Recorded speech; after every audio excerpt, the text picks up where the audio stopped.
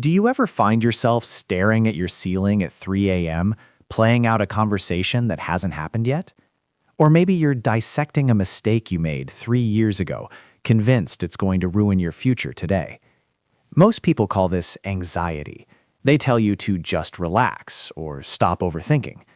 But as a neuroscientist, I have a different perspective. I want to congratulate you. If your brain is constantly running worst-case scenarios, it's because you possess a high-octane mental simulation engine. You aren't just worried, you are wired for intelligence. Today, we're going to look behind the mask of anxiety. I'm going to show you why your worry circuits are actually a sign of a superior IQ, and more importantly, how to shift the gears of that engine from panic to high performance.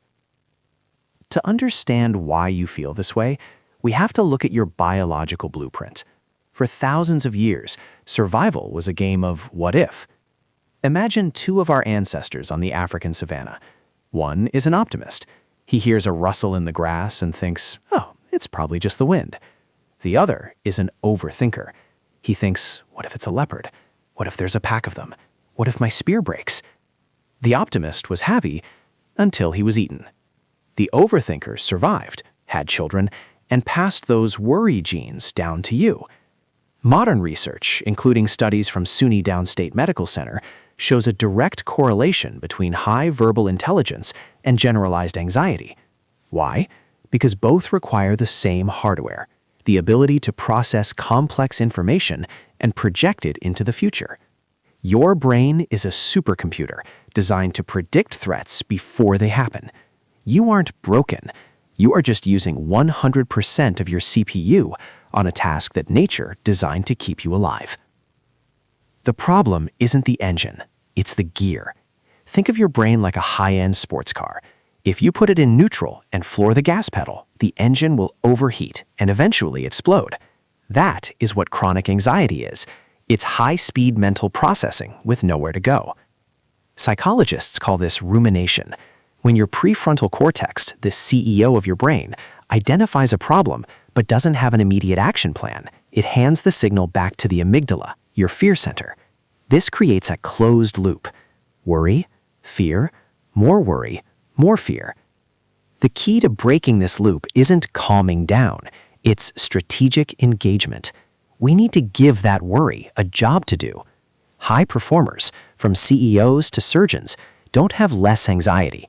They just have a better wiring for how they route that energy. Take Andy Grove, the former CEO of Intel. He famously wrote a book titled Only the Paranoid Survive. He didn't ignore his anxiety, he weaponized it. He used his worry circuits to scan the market for every possible threat to his company. But here is the difference. He didn't stop at what if we go bankrupt. He followed it with, if X happens, we execute plan Y. When you shift from passive worry to active strategy, the brain chemistry changes. As soon as you decide on an action, your brain releases a small dose of dopamine, the reward chemical, which actually dampens the fear response in the amygdala. You move from being a victim of your thoughts to being the architect of your reality. So how do we rewire this today? I want you to try the Wired Human Protocol tonight. Externalize the data. Your brain is terrible at solving problems while it's busy trying to remember them. Get a notebook. Write down every single what if currently spinning in your head. This brain dump offloads the cognitive load, telling your brain, okay, it's safe now, it's on the paper. The if-then pivot. For every worry you wrote down, write one then statement. Worry, what if I fail the presentation? Strategy, then I will ask for feedback, refine my data, and request a follow-up meeting. Physical reset. If your mind is racing too fast, your body follows. A 30-second cold shower or 5 minutes of heavy lifting can force quit the physical anxiety response, giving your prefrontal cortex the space it needs to take control again. Remember, your anxiety is not a weakness. It is a sign of your potential. You were wired for greatness. You just needed the manual.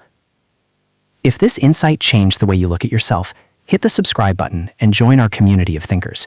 Leave a comment below with one what if you're turning into a how-to today. I read every single one. I'm the Wired Human. Stay curious, strategic.